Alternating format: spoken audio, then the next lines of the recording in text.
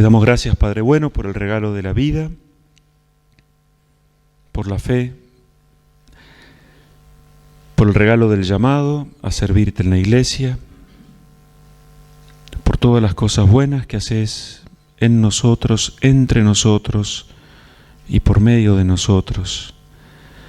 Te pedimos, Señor, en la jornada de este día, la mejor disposición del corazón, la apertura a tu espíritu. Te pedimos la escucha atenta que nos permita crecer para servirte mejor y consolar a nuestros hermanos. Te lo pedimos, Señor, a ti que vives y reinas por los siglos de los siglos. Bien, bueno, muy buenos días a todos. Ya le empiezo a complicar la cámara, me empiezo a mover. Bueno, a ver, lo primero, me presento, hago una presentación un poquito más extensa. Mi nombre es Cristian, yo fui ordenado sacerdote hace 11 años en la diócesis de San Isidro. Entré al seminario con unos 26 años, había ejercido 2 años como abogado y cuento cómo empezó un poco todo esto también para que nos vayamos metiendo un poco en el asunto. Primero, para que desmitifiquemos esto, que la persona que se dedica a esto en la iglesia es un ser extraño de otro planeta o lo que fuera, nada más alejado de aquello que esto. Empecé el ministerio en la diócesis y a los 3 años fui a participar de un retiro espiritual para sacerdotes en Córdoba que predicaba el padre Raniero Cantalamessa. Éramos 500 sacerdotes de todos lados. El padre Raniero Cantalamessa fue predicador oficial de la Curia Romana durante casi 20 años, dando retiros espirituales en Semana Santa y para la Navidad. Y un hombre muy santo. Este retiro lo organizaba el movimiento carismático, me interesaba particularmente oírlo a él.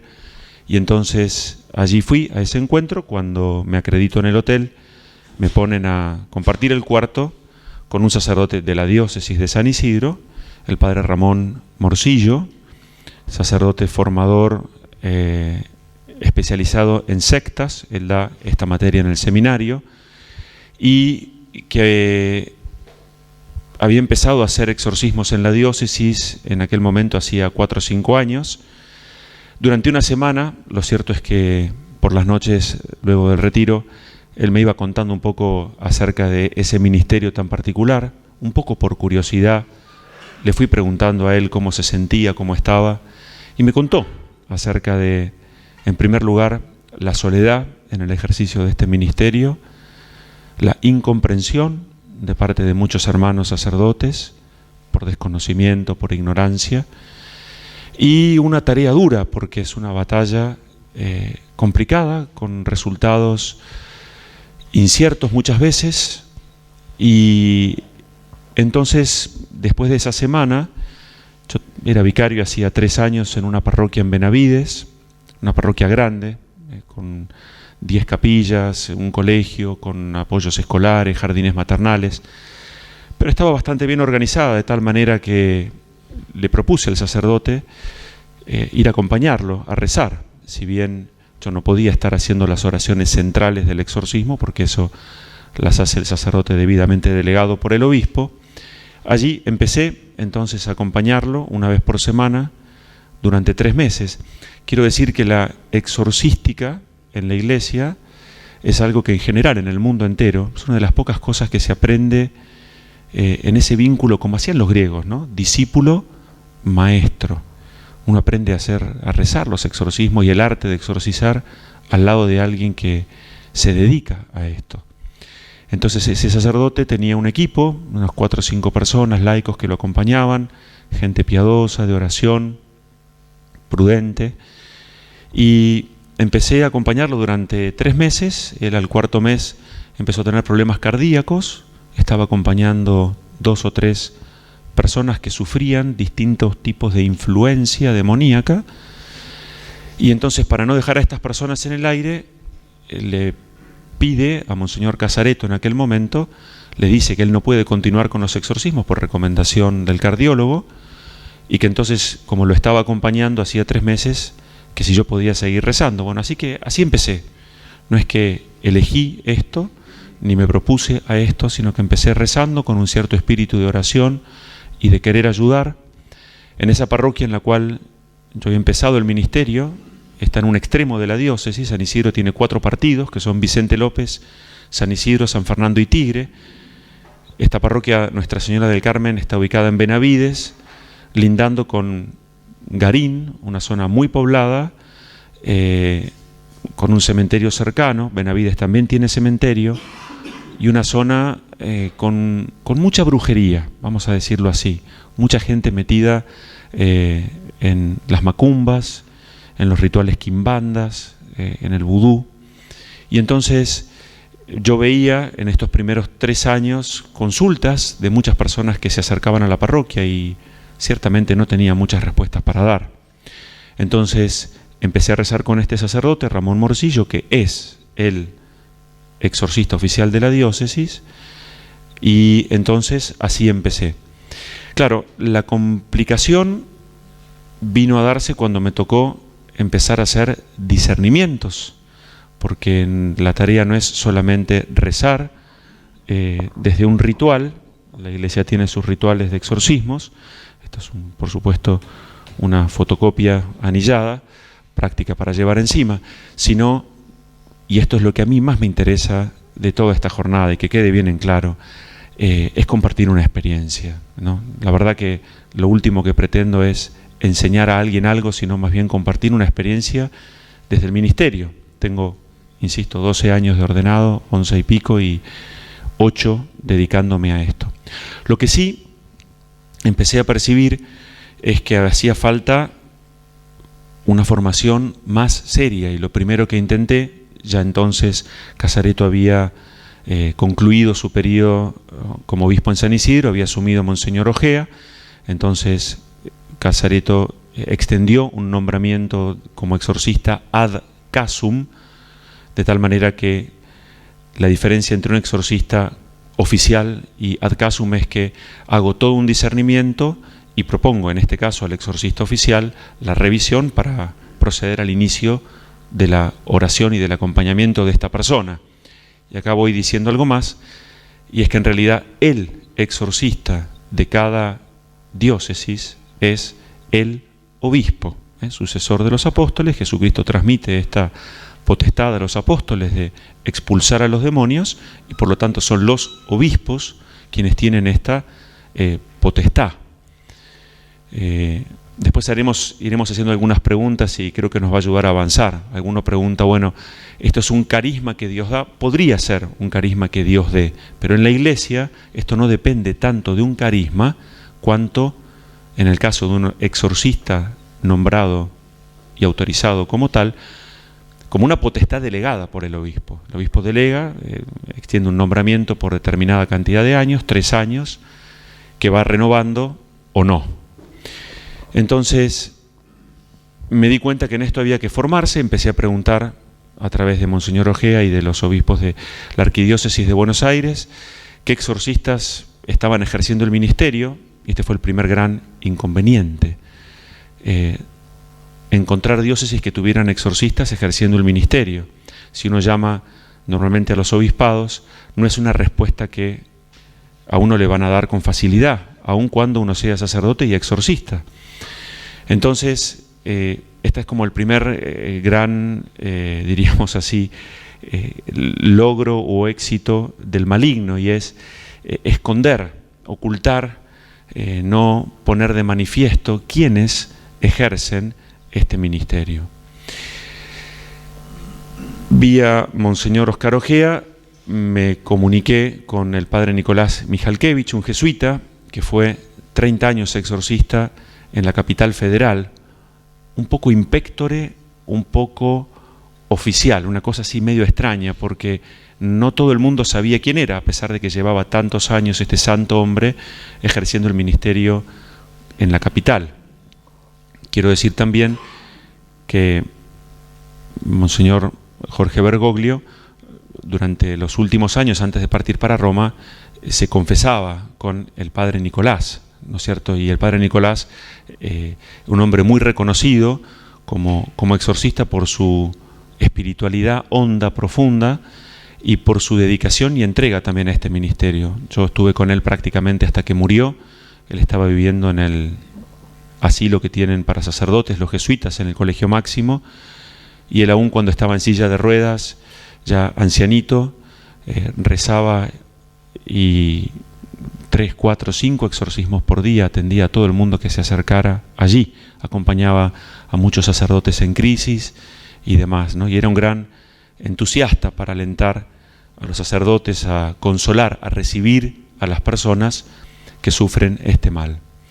Me puse en contacto en su momento con el padre Jordán, en la diócesis de Morón. Estaba en el Colegio Cardenal Estepinac, nombrado por Monseñor Laguna en su momento. Él sigue siendo exorcista en la diócesis, pero como suele ocurrir, sobrepasado por tareas pastorales, dedica poco tiempo a esto y apenas recibe casos con diagnósticos confirmados. Empezamos a vincularnos con la hermana Inés Brown en Capital Federal, una monjita que tiene unos hoy 81, 82 años. Ella sí parecería ser que tiene un carisma, un cierto carisma para acompañar, no vamos a decir para liberar, pero sí para acompañar y rezar, una vida comprometida, dedicada al ministerio de la sanación, por un lado, y de la liberación, por otro lado. A tal punto esto es así, que el cardenal Bergoglio, durante los últimos 5 o 7 años en la Arquidiócesis de Buenos Aires, él no había nombrado un exorcista en Capital, pero toda vez que recibía personas con posibles influencias, las derivaba a la hermana Inés para que rezara, ¿no es cierto? Y ella la acompañaba.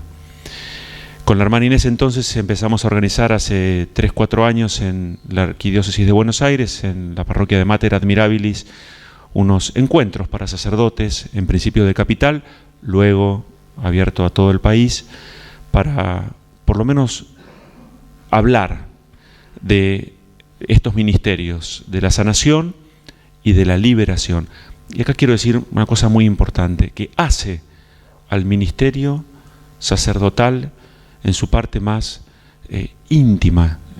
Nosotros dedicamos nuestra vida al anuncio de la buena noticia y por lo tanto el anuncio de la buena noticia es sanador y es liberador.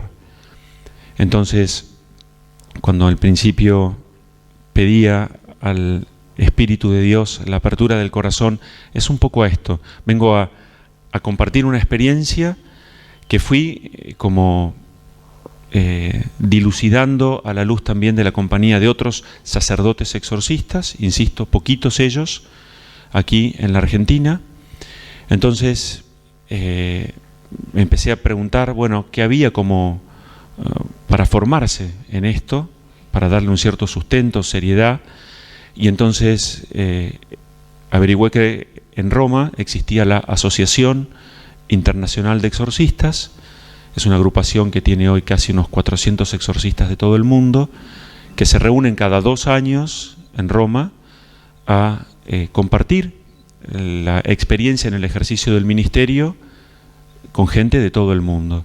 Y allí se invita a profesionales, psiquiatras, psicólogos y también a miembros de otras religiones para que compartan esta experiencia entre todos.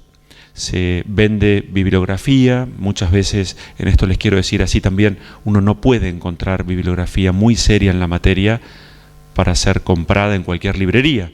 Entonces, lo que hacen muchos sacerdotes es escriben sus experiencias, las publican y las venden en estos congresos, donde se presentan también algunas filmaciones, todo que contribuya para la formación.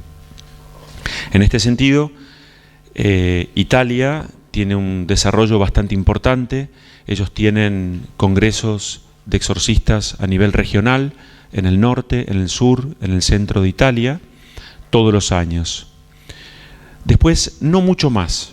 En Europa, en general, España ha desarrollado últimamente la exorcística en cuanto al nombramiento de sacerdotes exorcistas, especialmente la Arquidiócesis de Madrid. Y después, en general, los países tienen muy poquitos exorcistas. Esto lo recogemos por lo que van compartiendo estos sacerdotes cuando se presentan y hacen a su vez, evaluación de cada país. Por ejemplo, en Alemania, hace unos años atrás, apareció aquí, vamos a decir, una película en el cine, era El exorcismo de Emily Rose. Annesley Mitchell, así se llamaba esta persona. La historia cuenta de un exorcista que, haciendo las oraciones a una mujer, esta chica se termina muriendo durante los exorcismos, y entonces eso originó toda una cierta complejidad legal, y la Conferencia Episcopal Alemana, a raíz de este caso, retiró las licencias a todos los exorcistas de Alemania. Hoy Alemania no tiene, por ejemplo, un solo sacerdote exorcista. De tal manera, Suiza tiene 2, Francia tiene 3, y hay una enorme cantidad de países que no tienen sacerdotes exorcistas. A su vez, en los años que no se hacen estos encuentros en Roma, se hacen unos encuentros en México, una suerte de congresos panamericanos de exorcistas. Vieron allí un grupo de sacerdotes mexicanos que había ciertas particularidades en cuanto a los rituales que eran propios de algunas regiones, y que cuando se presentaban estos casos en los congresos de Roma no se entendía mucho porque eran propios de América. Por ejemplo, el vudú, si bien tiene su origen en África, ingresa en la isla de Haití, y a partir de allí se propaga al resto de los países centroamericanos y luego sudamericanos. Dicho sea de paso, les cuento que Haití es la única nación del mundo consagrada oficialmente a Satanás.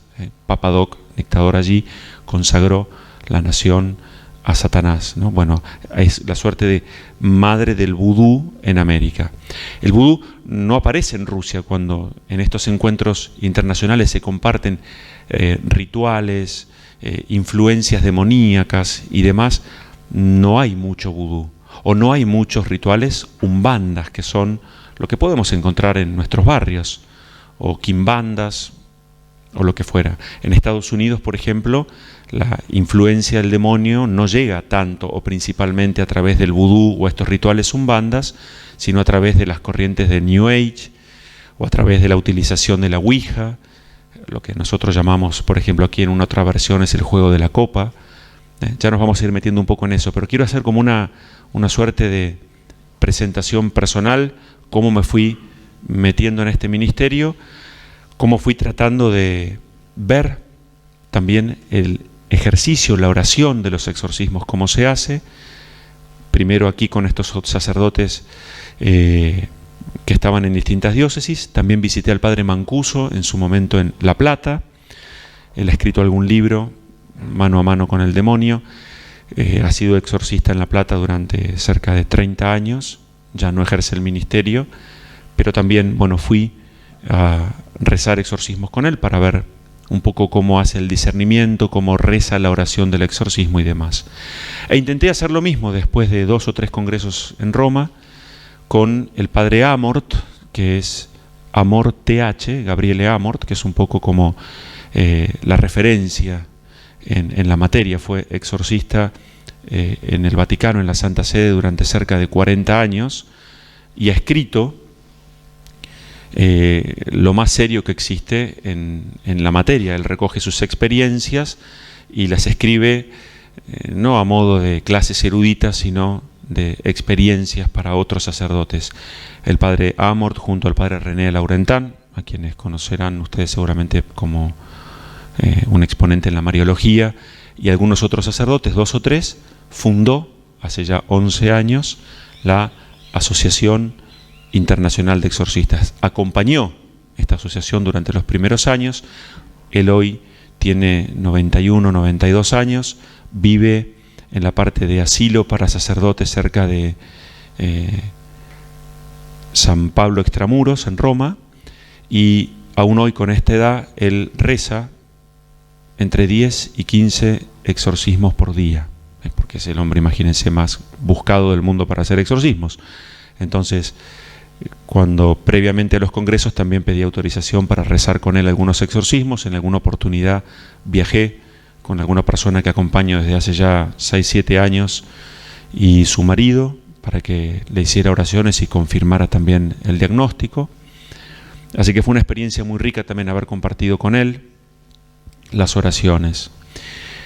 También tuve la posibilidad de, a raíz del Congreso, por eso es importante la participación en congresos, porque uno entra en vínculo, en contacto con gente referente en la materia. El padre Cipriano de Meo es un monje que actualmente es el sacerdote exorcista con más años de ejercicio en el ministerio. Tiene 93 años y 60 de exorcista. Y bueno, con él también entonces pudimos hacer oraciones de exorcismo. Y otros tantos, no me refiero, el padre Fortea, que es un sacerdote español. En su momento él pertenecía a la diócesis de Alcalá de Henares, en Madrid. Ha escrito sobre la materia, ha estudiado, un poco él se ha dedicado a esto. Después con algún tipo voy a hacer alguna aclaración en cuanto a sus escritos, algunas interpretaciones un poco como en el borde de la teología. Hoy ya él no tiene la licencia para hacer exorcismos, pero en algún sentido es una persona que se ha dedicado a esto y tiene una experiencia y es válido para aprender. Entonces, esto en cuanto a la presentación general del tema. Yo, más que meterme inicialmente en los exorcismos, y esto es lo que yo quisiera por sobre todas las cosas, no sé, ¿los seminaristas están en el fondo? Están más o menos repartidos. Bueno, es hablar de la pastoral de la consolación. Esto lo recojo en alguno de los congresos allá en Roma, porque es verdaderamente una pastoral dentro de la Iglesia, que no es la pastoral de los exorcismos, sino de la consolación, que es algo mucho más amplio y es algo en lo cual, y por eso un poco también a raíz de la visita de Luciano y otros de ustedes en San Isidro, hoy junto al doctor Escurra estamos acá para compartir una experiencia, donde lo principal en todo esto es buscar un acercamiento de las personas que se acercan a la puerta de nuestras comunidades, de nuestras parroquias, para ser consoladas. Hay como una primer gran tentación y una constante en esto, y es que muchas veces personas que se acercan refiriendo, diciendo que han participado en rituales o que les han hecho brujerías, hay como una primer gran tentación que es descartar de plano o ubicar a la persona como un loco. Y por lo tanto decir, bueno, vaya al psicólogo, vaya al psiquiatra y a otra cosa, y me saco de encima a esta persona. Entonces, insisto que si esto lo miramos como parte de nuestra pastoral, que ciertamente es así, acoger a toda persona, recibir a todo aquel que sufre o padece cualquier trastorno, lo primero, y en esto si de algo vale, y algunos veo que están tomando nota, lo primero que tenemos que pedir a Dios y al Espíritu es un espíritu de acogida, de recibimiento y de escucha. Estas tres cosas, sin lo cual todo lo otro, en orden a nuestro ministerio, parte de un mal principio. Entonces, yo lo que quisiera es hacer como una invitación al entusiasmo, al sentido común sacerdotal. Si pretendemos ser hombres de Dios, tenemos que recibir, acoger y dar espacio en la escucha a todo aquel que presente en nuestras realidades lo que está viviendo. No descartar, no derivar, no sacarnos de encima. Así empieza la cuestión, y esto lo remarcan, se los digo aquí porque es una constante de cada congreso, ¿no es cierto?, el desarrollar un espíritu de acogida, de escucha, porque entonces de lo que se trata, y esto me lo planteo así cada vez que una persona se acerca a la parroquia, es que se sienta recibida. Muchas de estas personas han pasado desesperadamente buscando ayuda con brujos, con chantas, con curanderos, con otras realidades, porque en su momento, cuando pretendieron buscar ayuda en una iglesia, no fueron bien recibidos. Con lo cual, si ya venían con algún tipo de trastorno, todo esto otro no hace sino complicar aún más la situación de la persona.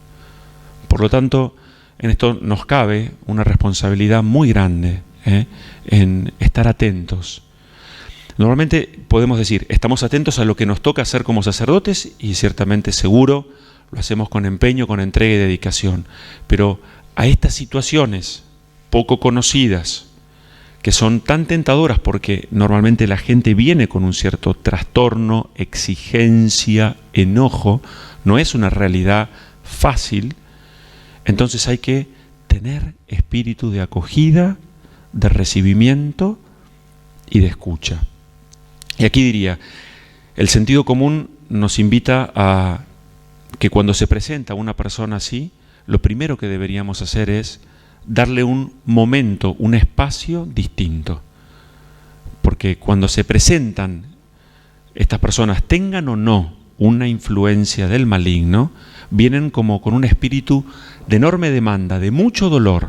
Entonces requiere la seriedad del caso y que les demos entonces un momento adecuado, tiempo.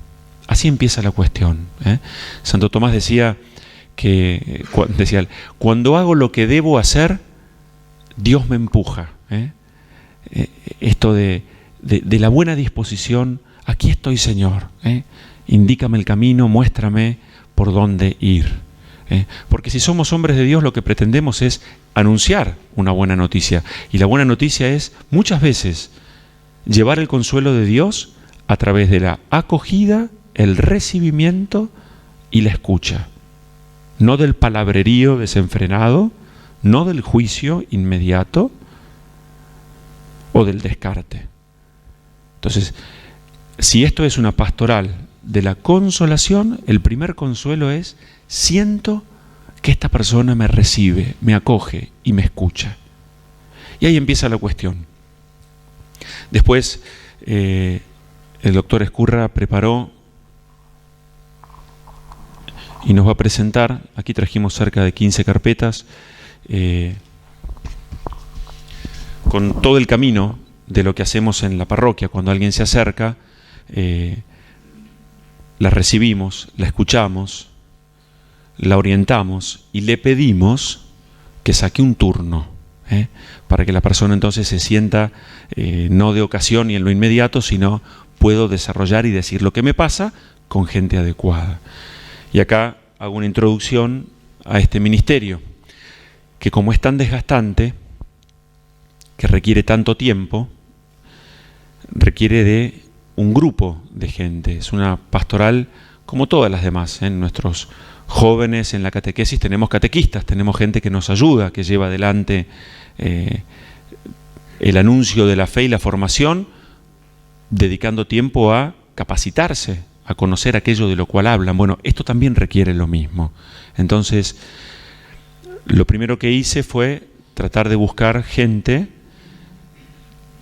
piadosa, prudente, que la conociera yo personalmente, no tanto que me dijeran, bueno, ¿por qué no llamás a esta persona? Sino gente que conociera, que no formaba parte de la parroquia, sino gente que conocía de otros lados. Así conocí también al doctor Ezcurra a través de una de estas personas.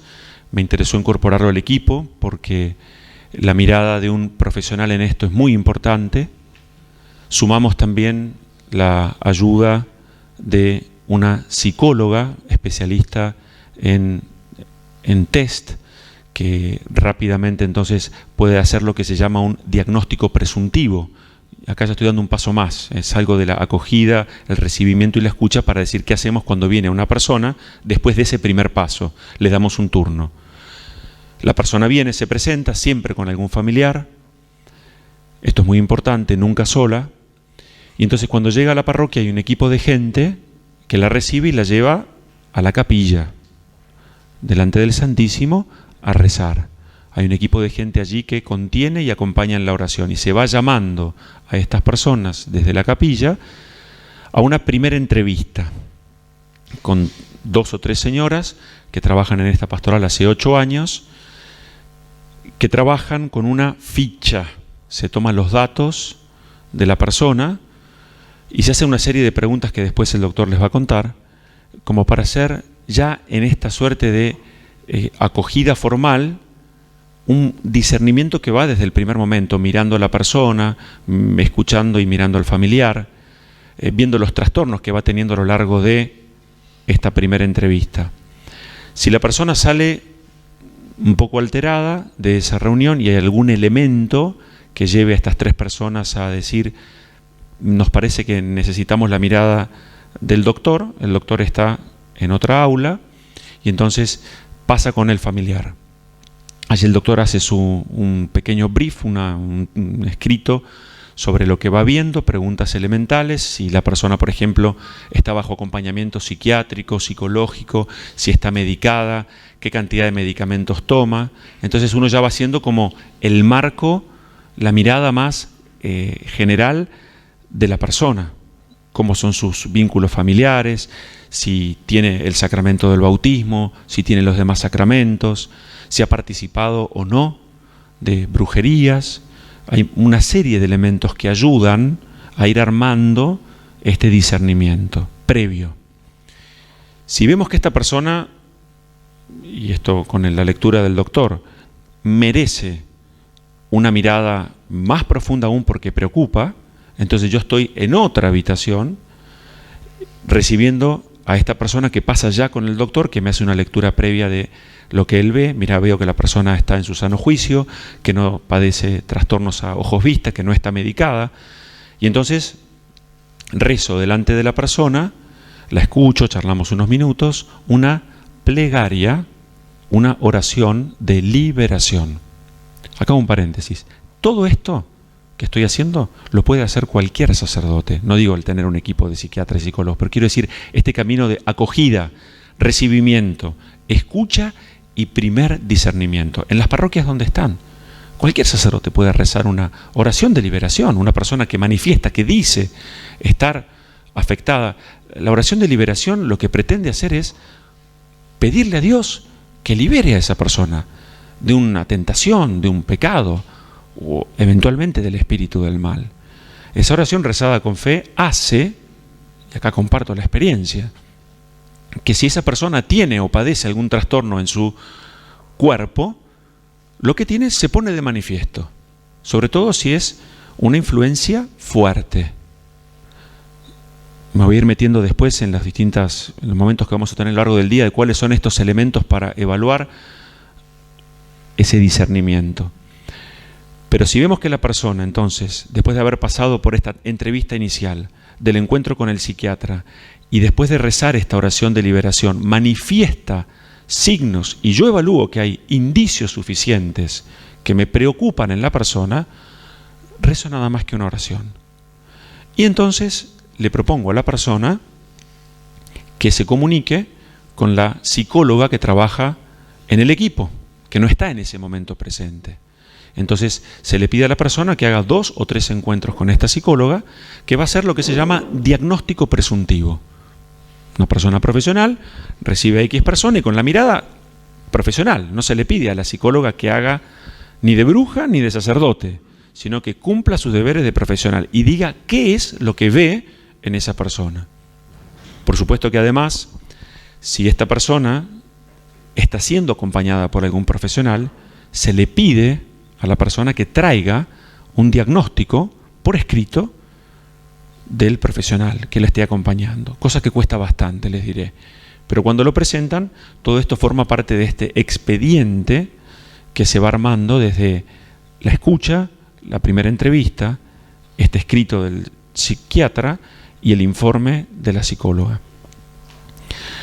Acá pueden ocurrir 2 cosas. Que la psicóloga diga, de acuerdo a estos test que va haciendo, confirmo que esta persona, tal como lo refiere, por ejemplo, viene sufriendo o padeciendo estos problemas psicológicos desde hace tiempo.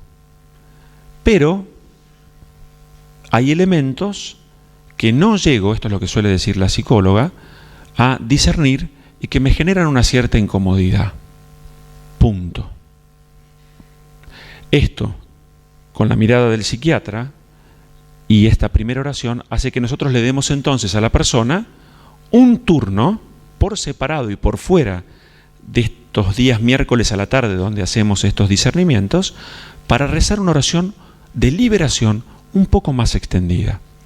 Y por supuesto que desde el inicio a esta persona lo que se le propone es llevar una vida en gracia, con lo cual acá es donde se inserta nuestra tarea o misión sacerdotal, hacer que las personas puedan volver a recuperar un encuentro con Jesús, que puedan volver a celebrar su fe. Si escuchamos a la persona y no la prejuzgamos, normalmente vamos a ver que padezca o no trastornos psiquiátricos, psicológicos, o tenga carencias afectivas o lo que fuera, normalmente la gente no viene con una experiencia profunda, honda de fe.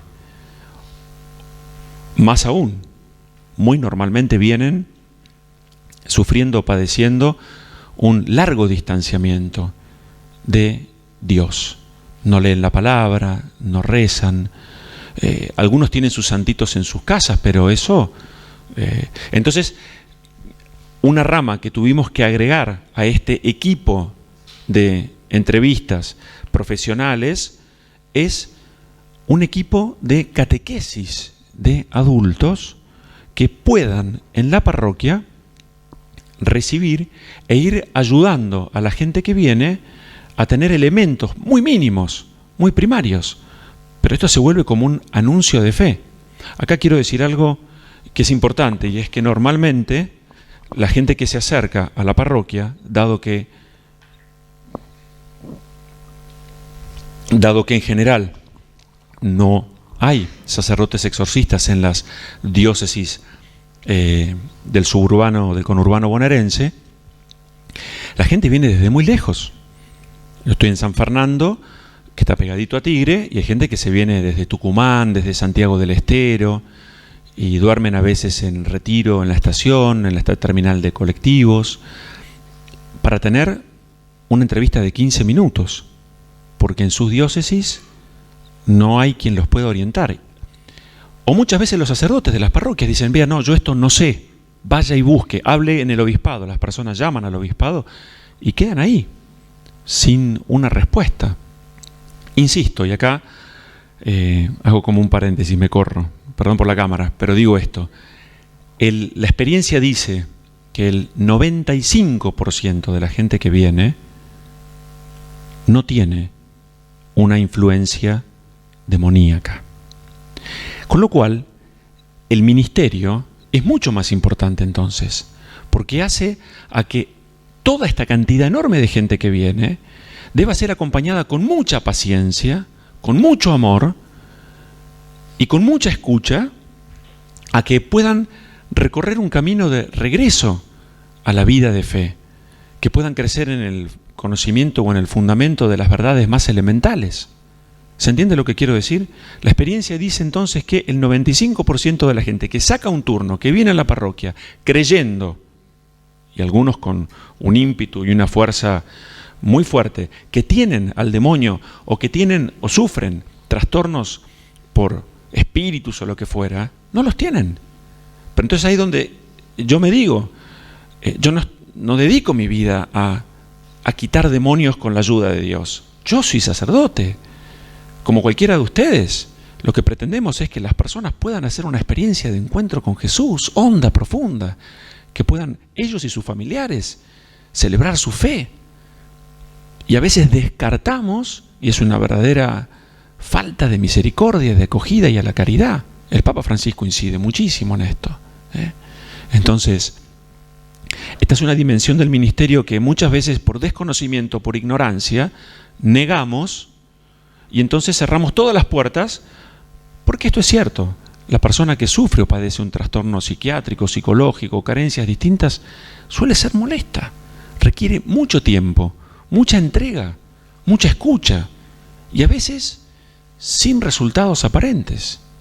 Pero en esto va en juego nuestro ministerio. Entonces, formarnos en esto, y eso es lo que pretendemos, es por lo menos hablar del tema. ¿Qué vamos a hacer cuando estas personas se acercan a nuestras comunidades y cómo darles una mano. Entonces, como sacerdotes, lo primero es escucharlos, creer lo que me dicen y acompañarlos. Tratar de tener, y después, bueno, acá en Paraná nos van a contar un poquito cuál es el camino que empiezan a recorrer con gente que esté empezando a rezar y a acompañar. Sería oportuno que cada diócesis, por supuesto, tuviera algún referente. Recientemente la hermana Inés Brown me contó que Monseñor Poli designó extraoficialmente, porque se lo pidió al padre Hamud, que se ocupara de las personas que sufren estos trastornos en Capital Federal. Sepan que es un adelanto porque históricamente la ciudad de Buenos Aires no tuvo un sacerdote dedicado a esto, con lo cual es un paso grande. Entonces retomo.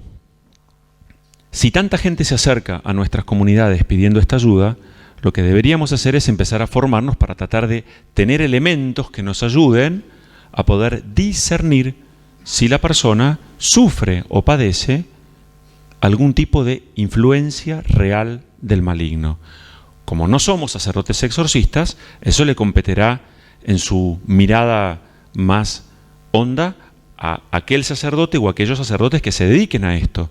Pero lo que nosotros no deberíamos dejar de hacer, y esto es lo que sí podemos hacer, después les vamos a entregar el material, es rezar oraciones de liberación. El Padre Nuestro, quiero decir, libéranos del mal, líbranos del mal, sed libéranos a malo. Es decir, ya es de por sí una oración de liberación.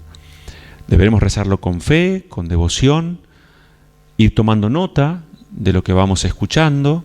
Normalmente esta gente cuando viene puede resultar incómoda por el escándalo que haga, con lo cual también una recomendación en esto desde la experiencia es no recibir jamás a una persona que dice estar sufriendo o padeciendo esto sola. Se la recibe con otra persona y tomando los recaudos necesarios. Digo esto siendo o no sacerdotes exorcistas. La persona se puede golpear y después se golpea, se cae y origina todo un trastorno y una complejidad. Entonces hay que tomar los recaudos. Si bien esta persona, por eso digo, es sacarla de ese primer momento, darle un horario especial para procurar que el lugar sea el adecuado, que venga acompañada de una persona, especialmente si es mujer y especialmente si es menor de edad. Un discernimiento serio implica un camino. El discernimiento nunca se hace en un encuentro una sola vez, sino que en esto, si el demonio estuviera presente, pretende esconderse, padre de la astucia, al fin, pretende confundir, con lo cual hay que recorrer un camino. Así la persona asevere qué es lo que tiene, qué es lo que hizo, y así uno reciba en un primer encuentro toda una serie de elementos que a uno le lleven a decir, indudablemente aquí hay elementos como para derivar a esta persona o iniciar la oración de exorcismo. Quiero contarles en esto que históricamente la Iglesia, hasta por lo menos el Concilio Vaticano II, rezaba el ritual de exorcismos, que fue como armado más formalmente en el año 1614, en el latín. Y en cualquier lado del mundo que se rezara un exorcismo, que forma parte de los sacramentales, para situarlo de qué estamos hablando, esto se mantuvo así hasta el Concilio Vaticano II. A partir de allí se empezó a recorrer un camino donde la propuesta fue que el sacerdote en su lengua pudiera rezar la oración de exorcismo en lengua vernácula. Y entonces los exorcistas de distintos países del mundo empezaron a darse cuenta que no tenía la misma eficacia rezar con el antiguo rito en latín que en la traducción en la lengua vernácula. Una cosa medio ridícula, pero que la estaban empezando a constatar experiencialmente en distintos lugares del mundo. No causa el mismo efecto que yo rece en alemán que con el ritual en latín, o en castellano que en el ritual en latín. Entonces hubo que hacer un recorrer un camino ante la Santa Sede pidiendo que se restituyera el permiso para rezar los exorcismos con el ritual en lengua latina, que no es la traducción al latín de la lengua vernácula, porque también hay una versión latina de las traducciones actuales, sino que es volver al ritual original. Durante muchos años se hacía el pedido que el exorcista pidiera al ordinario del lugar la autorización para utilizar el ritual en latín. Hoy ya eso ha caído un poco en desuso y entonces es como que la autorización corre ya per se para cualquier sacerdote exorcista. Entonces, esta pastoral de la consolación hizo que tuviéramos que armar un equipo de gente preparada en el tema, que nos juntáramos una vez al mes, esa es la propuesta por lo menos en San Isidro, para en una suerte de ateneo ir como repasando las personas que se acercan, las miradas desde lo profesional, el psiquiatra y nosotros, y ver cómo vamos avanzando en el acompañamiento de cada persona. Hay gente que se acercó y que la tenemos como recorriendo un camino con la catequesis de adulto. Queremos que una cosa es hacer una oración si la persona recibió el don del Espíritu en su bautismo, tiene una eficacia distinta, absolutamente diferente a la persona, por ejemplo, que no fue bautizada o que fue introducida o participó de rituales umbandas y recibió una suerte de bautismo satánico. Entonces hay que como clarificar y puntualizar. La gente normalmente no dice todo lo que vivió, sino que refiere lo último que vivió. Entonces también hay que recorrer un camino para ver, no da lo mismo una persona que viene participando en rituales umbandas desde hace 15 años que una persona que dice o refiere que le han hecho un maleficio. Indudablemente es distinto, es diferente. En el primer caso, la persona ha ido como abriendo su corazón, ha ido entregando su voluntad a una acción del maligno. Y entonces la experiencia dice, esto lo refiere el padre Amort en alguno de sus libros, que parecería haber alguna correlación entre, por ejemplo, el tiempo en el que una persona empezó a participar de estos rituales y lo que será el tiempo de su liberación final. El padre Amort refiere que en el caso de una posesión real puede demorar entre unos 8 y 10 años promedio. Entonces uno dice, pero bueno, ¿cómo es esto posible? Bueno, es así. Nosotros tenemos un caso con el que empezamos hace 8 años, y acá ya me meto más puntualmente para bajar un poco a la realidad y después abro un poco a preguntas en esta última media hora. Una mujer, madre de familia, casada, de comunión dominical. Esta señora tenía personal doméstico en su casa. Una de estas personas era una bruja muy pesada que le hizo durante casi 10 años que trabajó en la casa rituales, magia negra, brujerías, y llenó la casa de estos maleficios. Un buen día esta personal doméstico roba, entonces la echan de la casa. Cuando la echan, esta bruja, diríamos así, le dice a la dueña de casa, no se da una idea del mal que le va a caer encima. Nada, pasó un tiempo, al mes esta persona, vamos a llamarla Juana, caso Juana, Ana, vamos a llamarla Ana, porque así la llamamos nosotros, empieza a sufrir una serie de trastornos físicos. Y acá hago un paréntesis. Cuando el demonio afecta el cuerpo de una persona directamente. El demonio no puede meterse en nuestra conciencia ni en nuestros pensamientos, y si ejerce algún tipo de influencia lo hace de modo indirecto, pero afecta el cuerpo. Por tanto, es el cuerpo el que manifiesta aversión, rechazo a los sacramentales, por ejemplo, el agua, la sal, el aceite, un crucifijo, una estola, no conocía sacramental, digo un objeto religioso, la palabra de Dios. El solo contacto o la proximidad, en muchos casos, de acuerdo a la influencia que tenga, manifiesta esta aversión, odio, ¿no es cierto? Entonces, por ejemplo, un diagnóstico muy elemental, pero a veces eficaz, cuando viene una persona, yo suelo tener 2 vasos con agua, Muchas veces hago entrar primero al familiar y le digo, por favor mire lo que hago, vamos a pedirle a Dios que bendiga esta agua, que bendiga. No hago un exorcismo en el agua, hago una bendición del agua. Hago entrar a la persona hipotéticamente afectada y entonces empezamos a charlar. La persona empieza como a descomponerse, tenga o no algo. Yo le acerco el vaso de agua que no está bendita, la persona toma un sorbo, seguimos hablando, se recompone, no hay ningún problema. Al rato le acerco el vaso que tiene agua que sí está bendita y la persona cuando se pone el vaso en la boca, por ejemplo, muchas veces escupe y ahí se brota de una forma fuerte. Es un elemento del diagnóstico.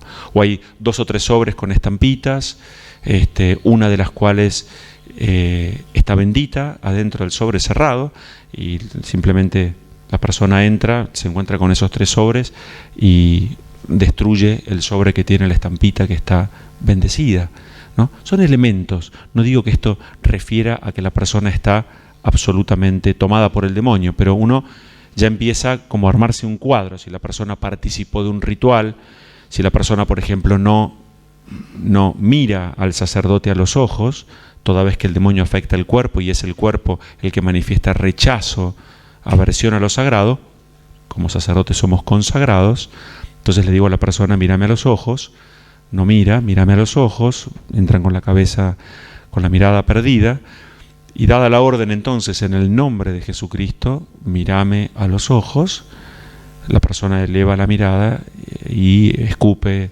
o lo que fuera, ¿no es cierto? Entonces las pupilas empiezan a contraerse y expandirse con una cierta celeridad, en algunos casos, en otros no, tengan o no. Por eso quiero decir que en esto la experiencia dice que hay que ir como recorriendo un camino. Ni que hablar, por ejemplo, de tener el Santísimo en alguna teca. Por ejemplo, yo tengo en mi maletín, cuando llego allí, tengo una teca con las hostias para visitar enfermos. Y entonces la persona inmediatamente que sí está afectada, es toda una incomodidad tremenda por lo que pueda llegar a decir, reconoce, por ejemplo, si está la hostia o no consagrada y cuál de ellas está consagrada, ¿no? Son elementos, vuelvo a insistir. Este caso de Ana, entonces, una mujer que iba a misa los domingos, tiene este caso de la mujer que la maldice, empieza a sufrir trastornos físicos severos. Yo estaba en una parroquia en Benavides, me piden que reciba a esta persona, llaman desde el obispado, que reciba a una persona que estaba muy mal, me la traen prácticamente en silla de ruedas. La persona estaba muy mal. Cuando entran en la iglesia, empezó a los alaridos, a los gritos, empezamos a hacer un diagnóstico muy primario y inmediatamente aparece como esta suerte de segunda personalidad que con una voz extraña empieza a responder preguntas, a hablar en lengua. Son elementos que después vamos a recorrer. No importa el caso, suspendo la oración. Inmediatamente, rápidamente pido la mirada del profesional, de la psicóloga, armado de ficha, y la autorización al obispo para empezar con los exorcismos. Entonces estamos con esta persona que tiene un maleficio principal, así suele ser, uno puede tener distintos tipos de brujerías encima, pero es un principal maleficio el que provoca el ingreso de ese espíritu del mal en la persona. Tardamos 4 años en que el espíritu del mal revelara cuándo entró, cómo entró y por qué entró, que era para mí un tema bastante complicado porque la persona esta era una persona de fe, que celebraba su fe, y entonces era complicado entender si ella no había participado de ninguna brujería, no sabíamos que había sido esta persona del personal doméstico, cómo era que había entrado. Y entonces empezamos las oraciones de exorcismos, insisto. Ella tiene un maleficio principal hecho con una muñeca que tenía, la bruja se la lleva, un vudú, una foto de ella, 18 clavos, que es la peor versión del vudú en este caso, y esta persona durante los primeros 2 años de exorcismos escupía una suerte de clavos.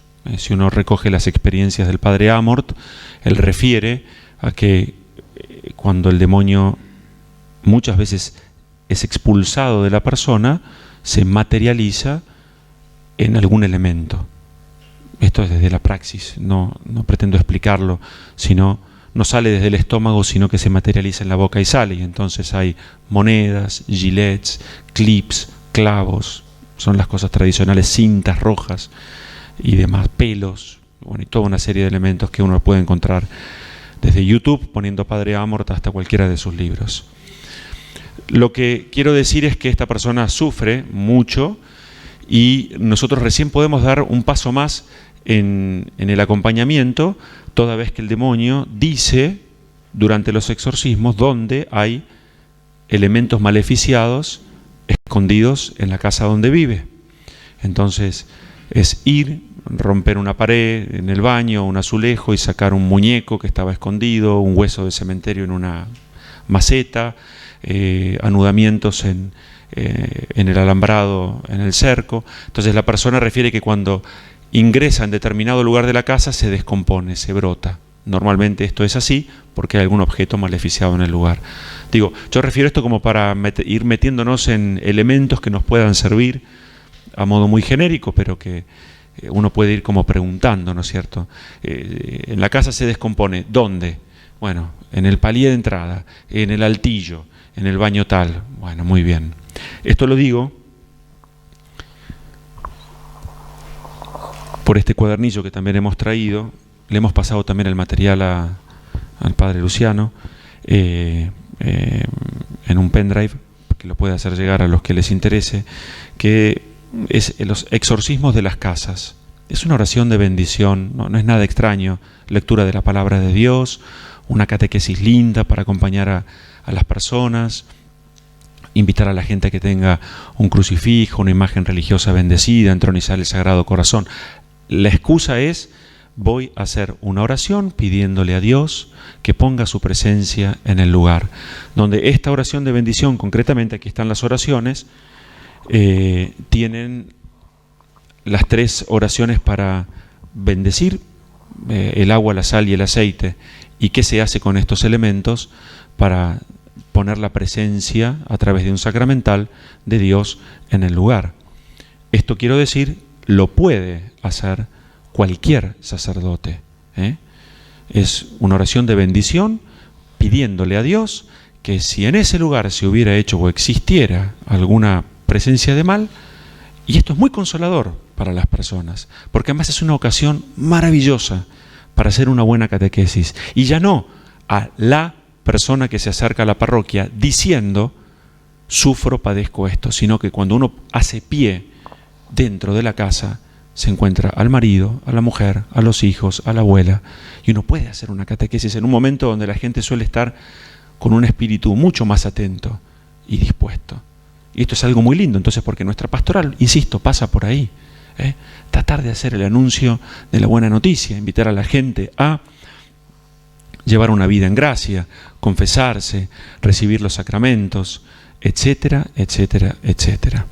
Vamos a dejar estos últimos 20 minutos para preguntas abiertas que puedan ir haciendo y que puedo ir contestando. ¿Levantamos la mano? ¿Sí? En este caso que manifestaba de la persona que vivía, celebraba su fe, le haya pasado esto, como que usted... Bien, gracias. El caso de Ana, sí. La pregunta también venía para nosotros. ¿Cómo puede ser que una persona que celebre su fe pueda sufrir o padecer un trastorno? Le preguntábamos una y otra vez: Ana, ¿participaste de algún ritual? No, padre. ¿Participaste de alguna cuestión? No, padre. Entonces, finalmente, y no lo estábamos requiriendo a modo de exigencia al espíritu del mal presente en la persona, fue el mismo. Cada oración de exorcismo que se reza sobre una persona es eficaz. Lo sienta yo o no lo sienta yo, lo entienda yo o no lo entienda, lo crea o no lo crea, porque el único que expulsa al espíritu del mal es Dios. Y una oración elevada, rezada con fe, Dios la recoge y va haciendo su camino. Dicho esto, ese espíritu del mal revela y dice: sábado 15 de julio del año tal, Pilar me abrió la puerta y entré. Seguimos rezando, tomamos nota de todo esto, termina la oración del exorcismo, la persona sale del trance, le preguntamos entonces qué había pasado hace años atrás, busca en su agenda, tenía una Palm que tienen las agendas estas históricas, que uno puede ir 4 o 5 años atrás y uno sabe qué hizo en esa fecha. La persona se pone a llorar, llanto, llanto, llanto, y nos dice: en aquella oportunidad yo fui a hacer un curso que está muy de moda, por lo menos en Buenos Aires, que se llama El Arte de Vivir, que es un curso que propone, con una suerte de filosofía oriental de fondo, técnicas respiratorias, de respiración para relajarse. Ese es el primer curso con el que atrapan a todo el mundo, que además es un curso muy caro porque cuesta cerca de $100. Y parece que es muy bueno, es decir, que a través de la enseñanza en la respiración uno puede alcanzar rápidamente momentos de relajación profunda. Eso atrae a muchos, entonces por allí empiezan. Cuando uno quiere hacer el curso de profundización, acá empieza la cuestión, porque entonces esta gente que tiene de fondo una filosofía vinculada al movimiento New Age, empiezan a hacer lo que buscan, digamos, en esto es lógico, que es incorporar, meter a la gente en este mundo. No es más que eso. Y no llega a todo el mundo que quiere hacer el segundo curso, son como elegidos, normalmente gente que tiene mucho dinero, como este caso. Entonces, esta mujer participa del curso del arte de vivir, logra que le den este segundo curso, se la llevan a Pilar, a una estancia, la acuestan en una cama, eso lo refiere todo ella, se acordaba que había unas sábanas y una música y aromas, y entonces le tapan los ojos y ella tiene que repetir un mantra en sánscrito. No tenía la menor idea de lo que estaba repitiendo, pero lo repitió durante mucho tiempo. Lo que ella dijo fue: yo me ofrezco del todo a vos. Donde lo que está de fondo no es en este caso directamente a Satán, sino a esa especie de yo universal. Ellos dicen, el yo personal lleno de tensiones, hay que abrirse al yo universal para que fluya esa energía y se abra. Entonces, como esta mujer tenía 10 años de maleficios latentes, cuando ella abre esta puerta repitiendo esto, fíjense, involuntariamente, inocentemente y desconociendo qué era lo que hacía, todo eso no es un problema para que el espíritu del mal entre en la persona. Ahí se produjo este inicio de, vamos a llamarlo así, de posesión. Yo quiero decir que en estos 8 años que llevo colaborando en el Ministerio del Exorcistado en la Diócesis de San Isidro, creo no haber tenido todavía un solo caso real de la así llamada posesión demoníaca. En este caso, la mujer sufre lo que se llama una suerte de obsesión. Es como si el demonio tomara posesión de la persona por periodos, entra y sale, porque el otro es casi como una persona que parece un loco, un trastornado, está permanentemente con una fuerza extraordinaria, hablando en lenguas, donde sufre otro tipo de trastornos. Hasta ahora no me tocó esa realidad. Los casos que estoy acompañando, rezando el ritual de exorcismos, son de 3, 4 personas que sufren distintos tipos de obsesiones demoníacas. A lo que se suma otro tipo de intervención, porque acá el demonio, hago una aclaración más, puede tomar posesión de una persona, único caso que requiere la intervención de un sacerdote debidamente habilitado para rezar el exorcismo así llamado mayor, o el demonio puede tomar posesión de un objeto, de un lugar, de un animal, en cuyo caso no se habla de posesión sino de influencia demoníaca. Para estos 3 casos, con las oraciones de los exorcismos de las casas, las mismísimas oraciones, la eficacia y la experiencia dice que prácticamente es inmediato. Digamos que, salvo que en ese lugar se siguieran haciendo rituales, la influencia del espíritu del mal con una oración de exorcismo en el lugar se termina. El padre Amor dirá, y algún otro también, Cipriano de Meo, que cuando la influencia del demonio es muy fuerte en un lugar, es conveniente rezar la Eucaristía, y ahí sí se termina absolutamente todo. Yo creo que en solamente 2 casos tuve que a lo largo de estos años celebrar la Eucaristía en el lugar, y lo hice en el caso de estos porque eran personas que sufrían y padecían esta influencia fuerte. A lo largo de los años nos fuimos dando cuenta que esta persona no solo recibía la influencia de esta mucama, que era una bruja pesada, que seguía haciendo rituales y brujerías a esta persona, sino que misteriosamente en la casa esta tal Ana volvía a sufrir influencias de maleficios, lo que nos llevó a preguntar, ¿cómo es posible que haciendo un exorcismo, que celebrando la Eucaristía, de vuelta esta persona vuelva a sufrir la acción del demonio en sus vidas? ¿No será que acaso hay otras personas? Y entonces el jardinero y el de la garita de seguridad estaban metidos en la misma secta satánica. Y esto no fue una resultante de una acción detectivesca nuestra, sino que el demonio mismo termina revelando, debilitándose durante la oración de los exorcismos, por qué esto se estaba dando, ¿no es cierto? Finalmente, el marido y la mujer deciden mudarse de la casa para no estar sufriendo esta alteración permanente, y eso mejoró mucho la situación. Si te contesto con aquello, ese fue en este caso el vínculo, ¿no es cierto? La persona abrió una puerta participando inocentemente, involuntariamente, pero imprudentemente de esto, que está muy en boga, quiero decir. No sé acá en Paraná, pero en Buenos Aires cualquiera van a estos cursos del arte de vivir y demás. Pregunta.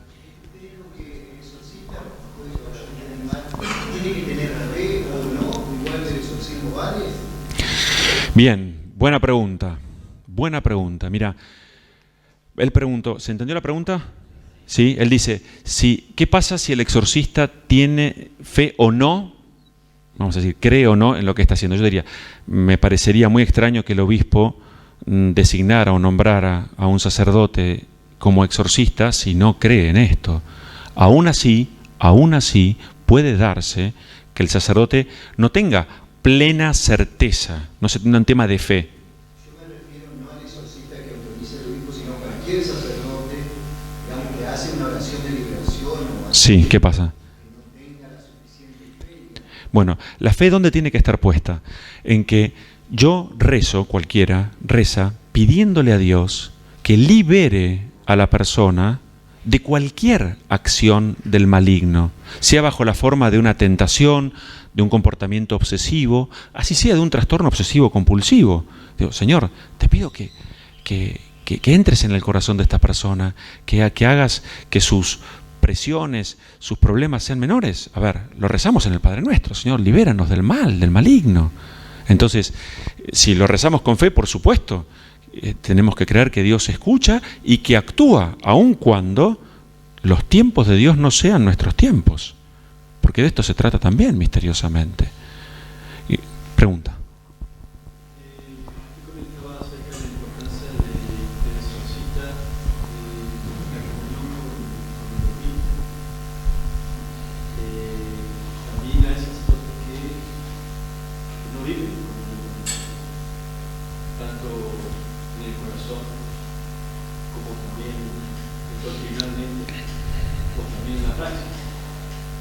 ¿Qué pasa con el ejercicio de esos sacerdotes que no están autorizados por el obispo y se dedican a hacer ese tipo de... Sí, la pregunta es compleja porque en realidad debería decirte esto, que acá recojo una experiencia y hablo desde mi experiencia. Lo que yo veo es que cuando un obispo designa a un sacerdote para esta tarea como exorcista para hacer los así llamados exorcismos mayores, normalmente ese sacerdote no solo está en comunión con el obispo y con la iglesia, sino que además tiene fe, cree en lo que está haciendo. Ahora, la situación dice, y es cierto, que puede haber sacerdotes que no estén en una íntima o total comunión con el obispo. Pero yo no creo que esos sacerdotes sean designados por el obispo para ejercer este ministerio. Y ahí ya te diría algo más importante. Es muy triste porque ya celebran todos los sacramentos de la iglesia con un no espíritu de comunión. Y eso es muy triste, hay que rezar entonces por estos hermanos. Punto. Porque acá también sabemos esto, que los sacramentos operan ex opere operato, ¿no es cierto? Y felizmente que es así, aun cuando el sacerdote no esté en su fe creyendo absolutamente, o aun cuando la persona que viene afectada no crea en todo esto, felizmente hay una acción de Dios, ¿eh?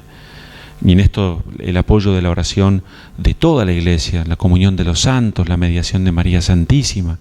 Es decir, acá es mucho más profundo la situación, ¿no? No sé si llego a contestarte lo que me estás diciendo, pero me parece que esto hace a otra cosa, que es estar o no en espíritu de comunión con el obispo, con la Iglesia y con los miembros del resto del clero, ¿no es cierto?, para la celebración de cualquier sacramento.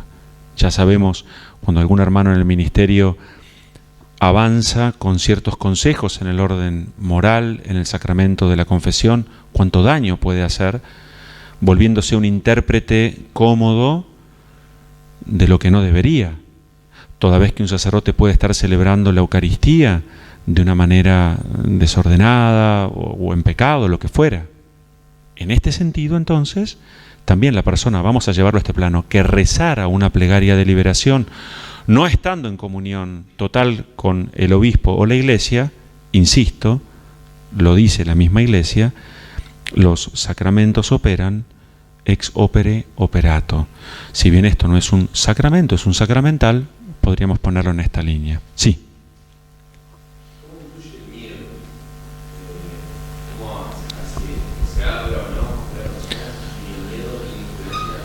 ¿Puede tener una influencia y el miedo? Bien, acá una experiencia, contesto desde otro lado, que dicen los exorcistas, es que, esto es de manual de exorcística, no es de catecismo de la Iglesia o de ritual o con no sé, el código de derecho canónico.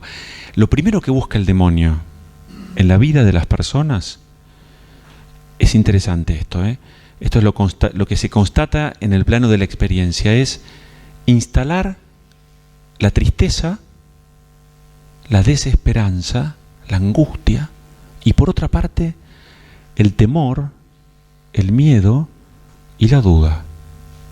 Así es como el arranque del demonio, para nuestra vida, lo reconozcamos o no, es como busca el preparar el plato, que empieza por ahí. El demonio es astuto y sabe que cuando uno está triste y tiene un cierto temor, puede caer en cualquier macana. No que tenga un espíritu directo de querer pecar o hacer tal daño.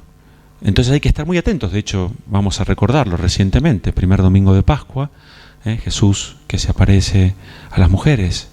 Las primeras dos frases son: alégrense y no tengan miedo, ¿verdad? Se va a repetir esto mismo también en la Anunciación, el ángel a San José, la aparición a los pastores: no tengan miedo, alégrense. ¿Cómo juega el miedo entonces? Ahora metiendo más en el plano de esto. Mirá, yo creo que el miedo forma parte de nuestra condición de criatura y ahí la cabeza, el corazón, la fe nos llevan a ir recorriendo un camino también. Hay casos, cada caso es diferente uno de otro. Yo recuerdo alguna vez en algún exorcismo que yo había hablado con el marido de esta persona, que me tenía que ir media hora antes, me iba a encontrar con compañeros de la facultad, que íbamos a celebrar 10 años de abogados, y me tenía que ir hasta Pilar. Y entonces hablo con el marido, me dice: sí, padre, ningún problema. Entonces empezamos a hacer la oración, entramos al lugar donde hacemos, a la capilla del Santísimo, donde hacemos la oración de exorcismo, y en algún momento de la oración, el espíritu del mal presente en la persona me dice a mí: cuidado cuando te vayas a Pilar con tus amigos porque te puede pasar algo en la Panamericana. Entonces, el señor, habíamos hablado de esto afuera, era imposible que la mujer, que además estaba en el baño, se enterara de esto. Entonces, por supuesto, lo que hice fue, a ver, quiero decirlo así, sonso no soy, levanté el teléfono: muchachos, miren, me quedo a dormir en la parroquia. Pero no fue por miedo, fue por un espíritu de prudencia, diríamos así.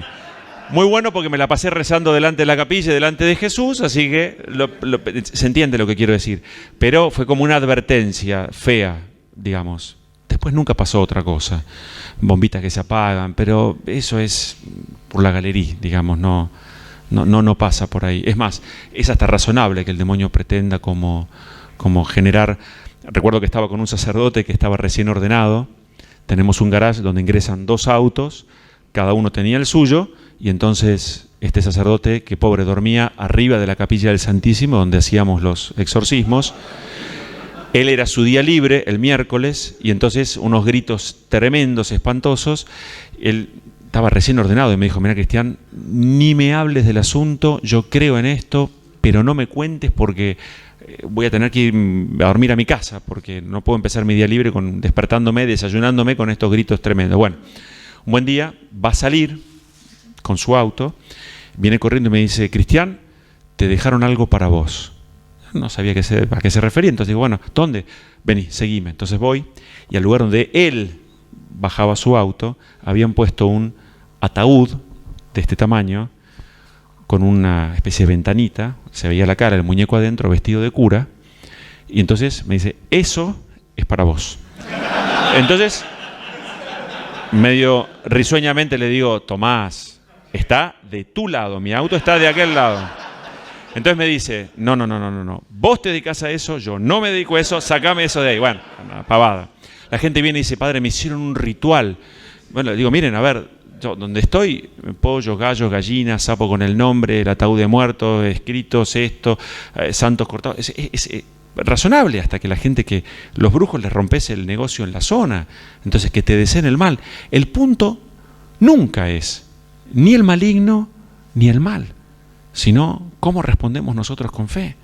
Hay que situar al demonio en su justo lugar, que es una criatura de Dios, ángel, derrotado para siempre, rebelde, perdió.